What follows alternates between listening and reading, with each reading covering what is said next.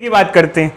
Charge carrier की mobility कैसे कि जिसे कभी कोई सिस्टम है जिसमें कंडक्शन हो रहा है, चाहे कोई एक वायर है उसमें इलेक्ट्रॉन का फ्लो हो रहा है, उसके अंदर जब इलेक्ट्रॉन का मोशन हो रहा है, या फिर किसी इलेक्ट्रोलाइटिक सॉल्यूशन में आयंस का फ्लो हो रहा है, तो कितना इजीली फ्लो कर पा रहे हैं, इसे हम कहते हैं मोबिलिटी। इसे कहते हैं मोबिलिटी।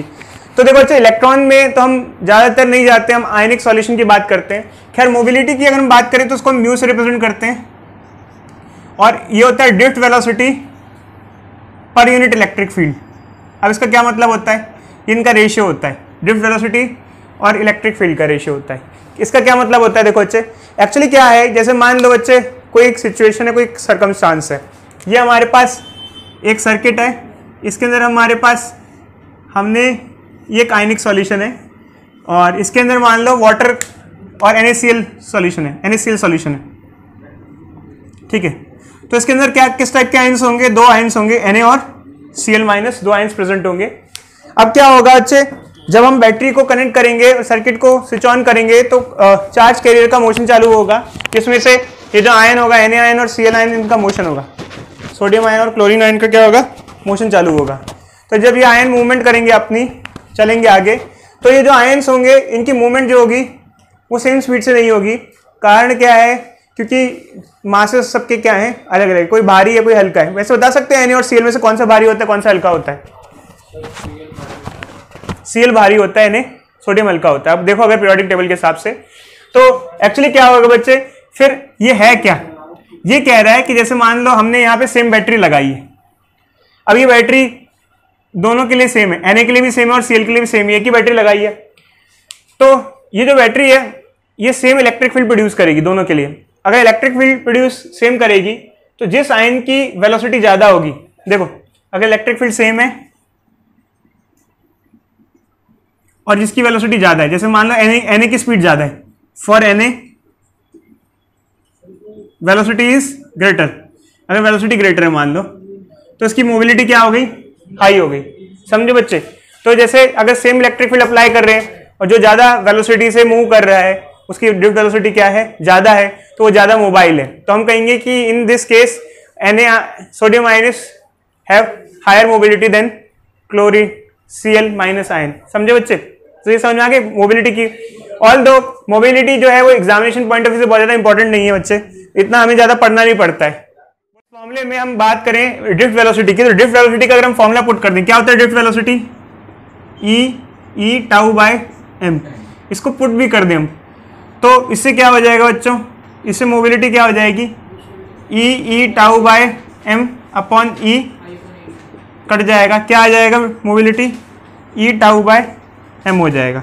तो यहाँ पर अगर आप देखो बच्चे, तो मोबिलिटी किन किन फैक्टर पे डिपेंड किया, अगर हम देखें तो एक बहुत बड़े हद तक मोबिलिटी किस पे डिपेंड किया, किस पे डिपेंड किया बोलो, मास पे डिपेंड किया।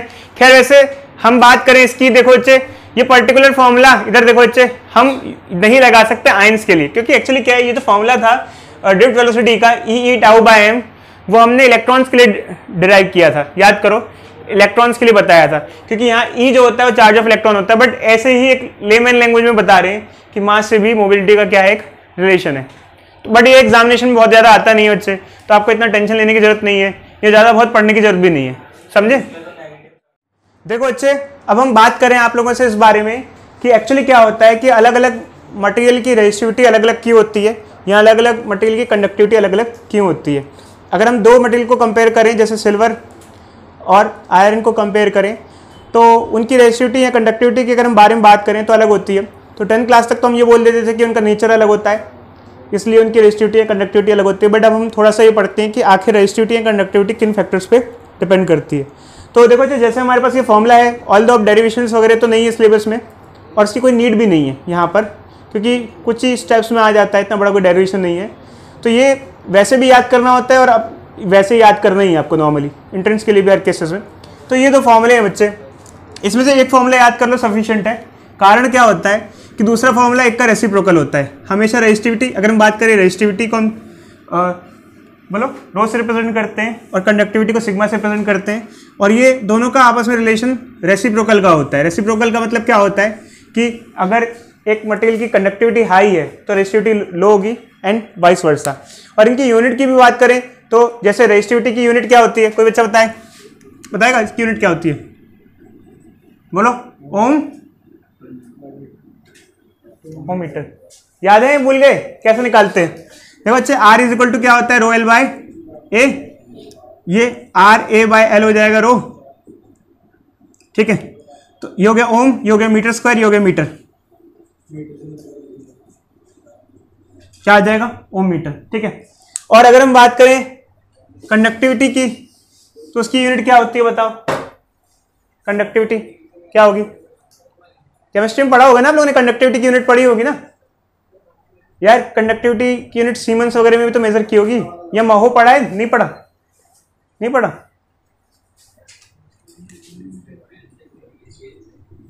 पढ़ा है? देखो अच्छी, यहां पर क्या होगा, इसको sigma is equal to ohm metre, ठीक है। ये हो जाएगा 1 बाय ओम, ये हो जाएगा मीटर इनवर्स। इसको 1 बाय ओम को MHO कहते हैं, महो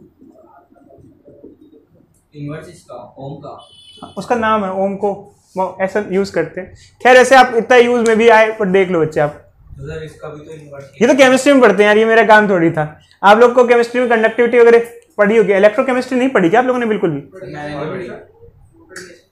पढ़ी है? अच्छे, कैसी कैसी बातें कर रहे हो बच्चे। खैर चलो आगे बढ़ते हैं। तो यहाँ पर अगर देखें बच्चों, ये फॉर्मूले हैं हमारे पास। जैसे हम बात करते हैं कंडक्टिविटी की, सबसे पहले ध्यान रखना है कंडक्टिविटी है, कंडक्टिविटी ज्यादा होगी तो कंडक्शन ज्यादा होगा। तो किन किन फैक्टर पर डिपेंड कर रही है कंडक्टिविटी अगर देखा जाए तो यहाँ पर देखो बच्चे, कुछ फैक्टर तो फिक्स्ड है, जैसे चार्ज और मास। जैसे किसी वायर में अगर इलेक्ट्रॉन फ्लो कर रहा है तो चार्ज और मास ऑफ इलेक्ट्रॉन हम चेंज नहीं कर सकते, अगर हम सिर्फ बात करें इलेक्ट्रॉन की। ऐसे में आप इलेक्ट्रोलाइटिक सॉल्यूशन की भी बात कर सकते हो, बट अभी हम इलेक्ट्रोलाइटिक सॉल्यूशन की बात नहीं कर रहे हैं, क्योंकि मैंने आपको बताया इस चैप्टर में ज्यादातर हम बात किस चीज की करते हैं, ज्यादातर हम बात करते हैं वायर में इलेक्ट्रॉन फ्लो कर रहा है। और इवन पूरे के पूरे करिकुलम में 12th में यही बात करते हैं। किसी सॉल्यूशन में आयंस फ्लो हो रहे हैं, ये केमिस्ट्री का पार्ट हो जाता है, वहाँ केमिस्ट्री में ज्यादातर फ्लो हम पढ़ते हैं, आयनिक फ्लो। हम लोग मेनली यहाँ पर जो फिजिक्स है उसमें वायर में इलेक्ट्रॉन की फ्लो की स्टडी करते हैं, ठीक है। अब यहाँ पर अब देखो बच्चे, एक चक्कर क्या है, किन किन फैक्टर पर डिपेंड करता है आप देख सकते हो। जो कंडक्टिविटी है, number of free electron per unit volume पे डिपेंड करता है, free electron per unit volume. तो जितना free electron per unit volume ज्यादा होगा उतना कंडक्टिविटी क्या होगी, हाई होगी। तो देखो बच्चे, एक सीधी सीधी सी बात है, जैसे मैंने बताया ज्यादा फ्री इलेक्ट्रॉन्स होंगे तो ज्यादा कंडक्शन होगा, समझ में आ रहा है? ज्यादा कंडक्शन होगा तो ज्यादा अच्छी बात है। जैसे मान लो, देखो बच्चे एक्चुअली क्या है कि अभी हम सिर्फ बात करें थ्योरेटिकल। जैसे मान लो दो चीज का कंपेयर करते हैं, जैसे मान लो कार्बन का कंपेयर करते हैं। कार्बन sp2 हाइब्रिडाइज नहीं, sp3 हाइब्रिडाइज डायमंड फॉर्म में, पता है ना आपको। जो कार्बन है वो बैड कंडक्टर ऑफ इलेक्ट्रिसिटी होता है। कार्बन या वुड की बात करें, would is made up of carbon. तो कार्बन बैड कंडक्टर क्यों होता है? क्योंकि उसमें फ्री इलेक्ट्रॉन्स की संख्या नहीं होती है। फिर कोई भी आप चीज लो, जैसे प्लास्टिक ले लें, कोई और सब्सटेंस लो, कोई आप सब्सटेंस लेते हो जो बैड कंडक्टर है, ऑब्वियस सी बात है उसके अंदर फ्री इलेक्ट्रॉन्स की संख्या ज्यादा नहीं होगी। अगर इलेक्ट्रॉन फ्री नहीं होंगे तो कंडक्शन कौन करेगा? समझ में आ रहा है बच्चों? फ्री इलेक्ट्रॉन ही नहीं होंगे। जैसे मान लो आपको पार्टी करनी है, वो बच्चे हैं नहीं, पार्टी कैसे करोगे? तो मतलब अगर आप फ्री ही नहीं हो तो कैसे करोगे? तो अगर इलेक्ट्रॉन फ्री ही नहीं है तो कंडक्शन नहीं हो पाएगा। फ्री इलेक्ट्रॉन्स बहुत जरूरी होते हैं, समझ में आया बच्चे? जो गुड कंडक्टर होते हैं उनमें फ्री इलेक्ट्रॉन की संख्या काफी ज्यादा होती है। जैसे सिल्वर ले लो, गोल्ड ले लो, आयरन ले लो, ये गुड कंडक्टर में नंबर ऑफ फ्री इलेक्ट्रॉन ज्यादा होते हैं। और जो बैड कंडक्टर्स होते हैं उनमें नंबर ऑफ फ्री इलेक्ट्रॉन्स कम होते हैं, उसी वजह से उनकी कंडक्टिविटी क्या हो जाती है, लो हो जाती है। इधर देखो बच्चे, ग्रेफाइट में एक्चुअली क्या होता है, sp2 हाइब्रिडाइज के चक्कर में उसके अंदर इलेक्ट्रॉन्स फ्री हो जाते हैं। एक्चुअली शायद मे बी केमिस्ट्री पढ़ो बच्चे, chemistry is made up of exceptions. उसमें पढ़ते नहीं, ये एक्सेप्शन होता है, ये एक्सेप्शन होता है। तो कहते हैं कि अगर ग्रेफाइट की हम बात करें उसमें sp2 हाइब्रिडाइज हो जाता है। मेरे को बहुत ज्यादा याद नहीं है बच्चे, बट मेरे को इतना याद है कि sp2 हाइब्रिडाइज और sp3 हाइब्रिडाइज के चक्कर में भी कंडक्टिविटी का चक्कर पड़ता है। उसमें फ्री इलेक्ट्रॉन होता है, उसमें फ्री इलेक्ट्रॉन नहीं होता है। खैर मैं इतना डिस्कशन नहीं कर रहा बच्चे फिलहाल, अभी तो अभी हम बात करें फ्री इलेक्ट्रॉन्स की। वो कैसे भी हो उससे हमें मतलब नहीं है। देखो बच्चे एक मिनट रुक जाओ, बताते हैं। देखो बच्चे, ये दोनों तो फिक्स हो गया। फिर दूसरा फैक्टर क्या हुआ यहाँ पर, देखो कंडक्टिविटी किस पे डिपेंड करता है। हाँ एक मिनट देखो बच्चे, चार्ज ऑफ इलेक्ट्रॉन और मास ऑफ इलेक्ट्रॉन तो फिक्स है। इधर देखो बच्चे, इधर देखो, दूसरा फैक्टर क्या हुआ, रिलैक्सेशन टाइम हुआ, टाउ। तो एक्चुअली क्या है बच्चे, हम जैसे बात करते थे कि अगर हमारा मान लो हमारा डिवाइस काफी गर्म हो जाता है, हम यूज करते हैं काफी हीट में, तो डिवाइस गर्म हो जाता है तो क्या होता है, डिवाइस क्या हो जाता है, स्लो हो जाता है। स्लो हो जाता है मतलब ये मान के चलो कि रेजिस्टिविटी बढ़ जाती है और कंडक्टिविटी क्या हो जाती है, लो हो जाती है। देखो बच्चे मेटल्स के अंदर रेजिस्टिविटी बढ़ जाती है, कैसे बताते हैं। देखो जैसे मान लो मेटल है, हमारे पास मेटल्स है, मेटल में इलेक्ट्रॉन चल रहा है, जब अगर हीट करोगे तो कॉलिजन बढ़ जाएगा, कॉलिजन बढ़ जाएगा तो जल्दी जल्दी कॉलिजन होंगे, जल्दी जल्दी कॉलिजन होंगे तो टाइम नहीं मिलेगा कॉलिजन को, कम टाइम में होंगे तो ज्यादा दूरी तक इलेक्ट्रॉन भाग नहीं पाएंगे, तो रिलैक्सेशन टाइम क्या हो जाएगा, घट जाएगा। हमने पहले भी आपको ये चीज डिस्कस की थी, बताया था आपको कि देखो मान लो आप जाम बहुत है और आप थोड़ा सा चलते हो फिर रुक जाते हो, फिर थोड़ा सा चलते हो फिर रुक जाते हो, तो फिर आप कितना चल पाओगे। तो अगर गर्मी बढ़ जाएगी, इधर देखो, इधर देखो, फोकस करो यार इधर, हाँ, अगर टेम्परेचर ज्यादा होगा, अगर टेम्परेचर ज्यादा होगा तो फास्ट कॉलिजन होंगे, फास्ट कॉलिजन होंगे तो कम टाइम में कॉलिजन होंगे, कम टाइम में कॉलिजन होंगे तो रिलैक्सेशन टाइम क्या हो जाएगा, कम हो जाएगा। रिलैक्सेशन टाइम कम हो जाएगा तो कंडक्टिविटी कम हो जाएगी, क्योंकि डायरेक्टली प्रोपोर्शनल है। कंडक्टिविटी कम हो जाएगी तो रेजिस्टिविटी क्या हो जाएगी, बढ़ जाएगी, तो ज्यादा रेजिस्टेंस ऑफर होगा। समझे यार, आप थोड़ा सा गाड़ी चलाओ फिर अटक जाओ फिर इधर देखो, एक मिनट रुको, ठीक है। तो ये समझ में आ गया इसमें। तो ये हमारा दो फैक्टर पे डिपेंड करता है। तो इसमें से भी मेन जो प्राइम फैक्टर होता है, ध्यान रखना, वो ये नहीं होता, वो क्या होता है, number of free electron per unit volume. और ये जो फैक्टर होता है सेकेंडरी होता है। सेकेंडरी मतलब कि रिलैक्सेशन टाइम का थोड़ा बहुत फर्क होता है हीट करने का, उतना ज्यादा फर्क नहीं होता जितना number of free electron per unit volume. क्योंकि एक्चुअली क्या है कि इसको हम फिर भी थोड़ा बहुत चेंज कर सकते हैं, उसको हम इतना ज्यादा मैनिपुलेट नहीं कर सकते। इंसुलेटर को इतना ज्यादा कंडक्टर थोड़ी बना सकते हो, जब इलेक्ट्रॉन निकल ही नहीं रहा है, फ्री ही नहीं है, तो क्या कर लोगे। समझे बच्चे, ये सिचुएशंस हैं। अच्छा बच्चे मुझसे पूछो, क्या पूछ रहे हो, जल्दी पूछो। इधर देखो बच्चे जल्दी से।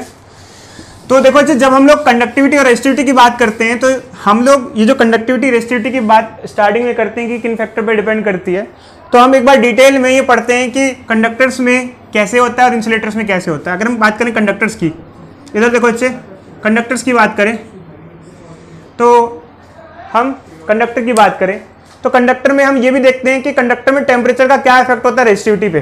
देखो जैसे हमने बात की कि टेम्परेचर जो होता है वो रिलैक्सेशन टाइम से एसोसिएटेड होता है, तो अगर हम टेम्परेचर को राइज करें तो कंडक्टिविटी या रेजिस्टिविटी पे क्या फर्क पड़ेगा। तो देखो बच्चे, ये हमारे पास फॉर्मूला है कंडक्टिविटी का, NE² τ/m। तो अगर हम टेम्परेचर को राइज करें तो आपके हिसाब से इनमें से कौन सा फैक्टर चेंज हो सकता है और किस पे कोई फर्क नहीं पड़ना चाहिए। अगर मैं टेम्परेचर बढ़ाऊं, जैसे मान लो वायर में इलेक्ट्रॉन फ्लो कर रहे हैं, एक कंडक्टिंग वायर है, कॉपर की या सिल्वर की, इधर देखो बच्चे, कहाँ खो जाते हो भाई, कहीं सपने में बीच पे तो नहीं पहुंच जाते हो गोवा हुआ में, ठीक है बच्चे, इधर देखो, हाँ देखो बच्चे। तो एक्चुअली क्या है कि क्या क्या चेंज नहीं कर सकते आप बताओ, मास ऑफ इलेक्ट्रॉन चेंज नहीं कर सकते, चार्ज ऑफ इलेक्ट्रॉन तो वैसे भी चेंज नहीं हो सकता, number of free electron change हो सकते हैं क्या कंडक्टर में। एक्चुअल में क्या होता है बच्चे कि वैसे number of free electron change हो सकते हैं। देखो होता क्या है बच्चे, आज के ज़माने में तो नहीं होता, हम जब छोटे थे तो लाइट चली जाती थी तो सारे बच्चे रोड पे आ जाते थे खेलने कूदने के लिए। अब तो फिर भी ये लाइट जाती ही नहीं है और कोई आता भी नहीं है। बट एक्चुअली क्या है, मतलब गर्मी बढ़ती है, इसका कहने का मतलब ये गर्मी बढ़ती है तो इलेक्ट्रॉन्स बाहर आ सकते हैं, मतलब और फ्री हो सकते हैं। इसका क्या मतलब है, देखो बच्चे एक्चुअली क्या होता है, हमने आपको एक चीज बताई थी कि ये मान लो ये एक एटम है, उसमें जो बाहर के इलेक्ट्रॉन्स होते हैं, इधर देखो भाई, इधर देखो, इसको कहते हैं वैलेंस इलेक्ट्रॉन। क्या कहते हैं, वैलेंस इलेक्ट्रॉन। अगर इसको ठीक ठाक एनर्जी मिल जाती, हीट मिल जाती है तो बाहर आ जाता है। बट कंडक्टर्स के केस में क्या होता है कि ज्यादातर इलेक्ट्रॉन, वैलेंस इलेक्ट्रॉन बाहर ही घूम रहे होते हैं, कोई होता ही नहीं अपने शेल में। जब अपने कोई शेल में नहीं होगा तो हीट करोगे तो वो बाहर कौन आएगा, बाहर आने के लिए कोई है ही नहीं। समझे बच्चे, आमतौर पे ऐसा होता है कि आप हीट करोगे तो वैलेंस इलेक्ट्रॉन हीट पा करके वैलेंस इलेक्ट्रॉन क्या हो सकते हैं, कंडक्शन इलेक्ट्रॉन बन सकते हैं। बट एक्चुअली क्या होता है, रूम टेम्परेचर जो होता है हमारा 27 डिग्री सेल्सियस मान लो एवरेज, वो 300 केल्विन होता है, क्योंकि केल्विन स्केल पे वो 300 केल्विन होता है। वो सफिशिएंटली इतना हाई होता है कि उस पर जितने भी वैलेंस इलेक्ट्रॉन्स होते हैं वो जो बाहर आ सकते हैं वो बाहर घूम ही रहे होते हैं पहले से।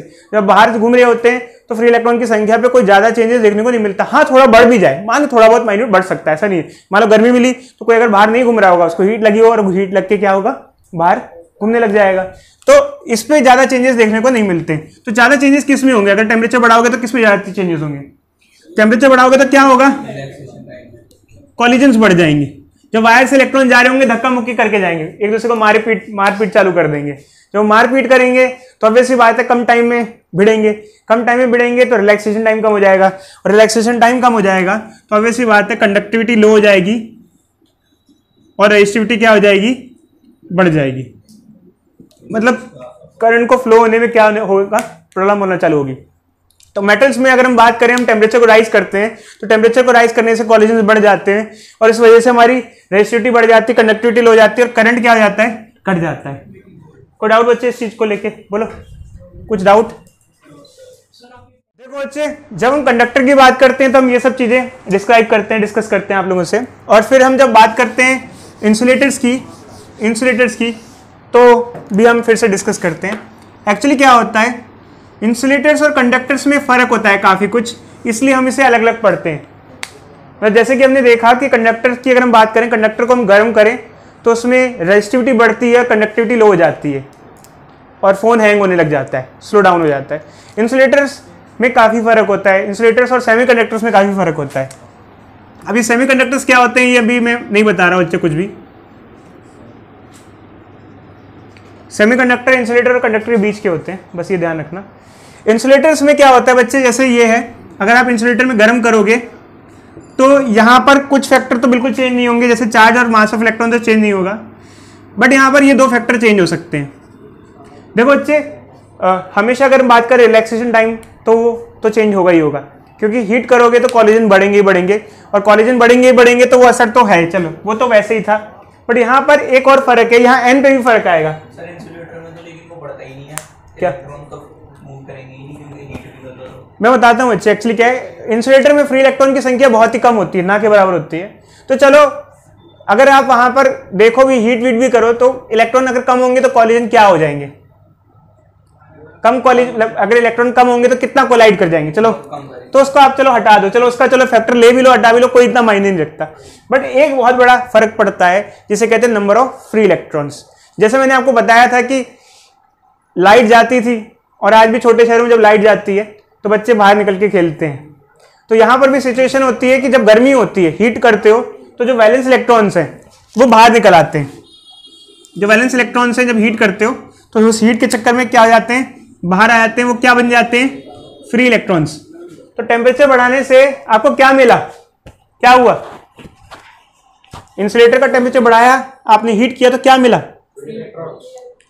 फ्री इलेक्ट्रॉन्स की संख्या क्या हो गई, बढ़ गई। उससे हमें क्या फायदा मिलेगा,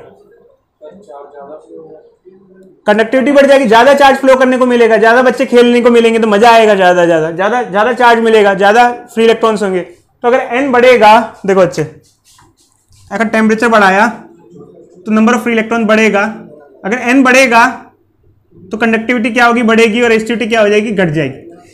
तो यहां पर एक क्वेश्चन ये अराइज होता है कि सर इलेक्ट्रॉन तो बढ़ेंगे, कोलिजन भी तो बढ़ेंगे, कोलिजन बढ़ेंगे तो फिर से दिक्कत आएगी, कोलिजन बढ़ेंगे, बट उसका इफेक्ट और इसका इफेक्ट कंपेयर करें तो इसका इफेक्ट कुछ भी नहीं है इसके कंपैरिजन में।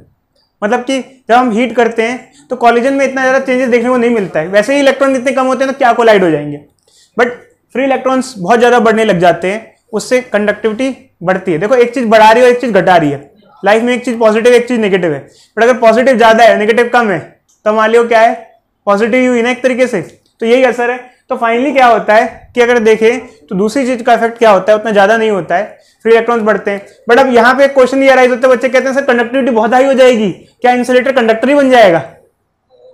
ऐसा नहीं है, आप हीट करो तो इंसुलेटर इंसुलेटर ही रहेगा, या कितनी भी फेयर एंड लवली लगा लो, ऐसा नहीं है कि कौवे को सफेद कर दोगे आप। समझ आया बच्चे?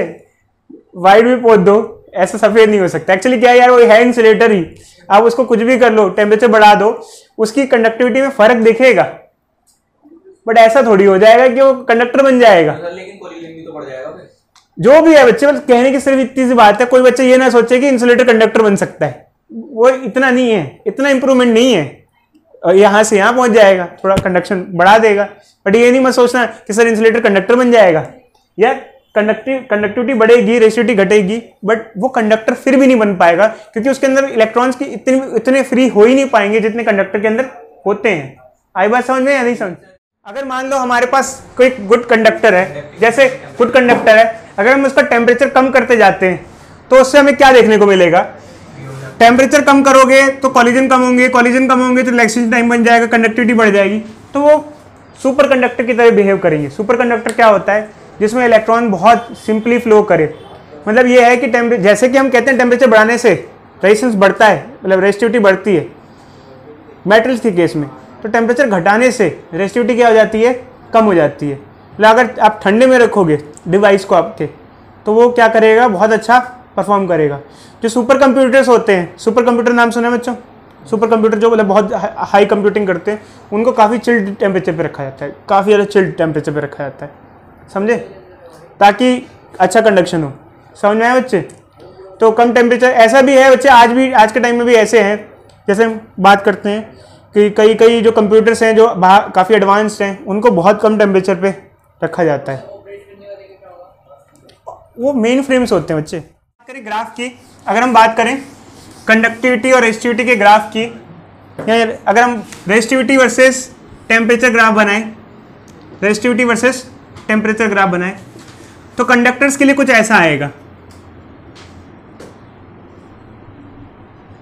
और इंसुलेटर्स और सेमीकंडक्टर्स के लिए कुछ ऐसा आएगा। एक मिनट रुक जाओ बच्चे, एक मिनट रुक जाओ।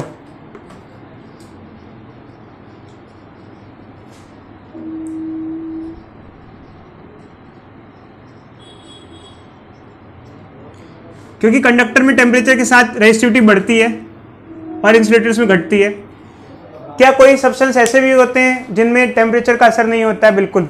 एक्चुअली क्या होता है बच्चों, जो अलॉयज होते हैं, जो अलॉयज कॉम्बिनेशन ऑफ मेटल से बनते हैं, उनमें देखा जाता है कि टेम्परेचर का बहुत असर नहीं होता है। उनका ग्राफ कुछ ऐसे होता है, अलॉयज। ठीक है, अभी हम नेक्स्ट क्लास में बताएंगे आपको अलॉयज वगैरह, कौन कौन से अलॉयज के बारे में बात कर रहे हैं मेनली। मतलब उसको कट करता है, कट क्या बच्चों, मतलब असर ज़्यादा नहीं होता है, कट करने का मतलब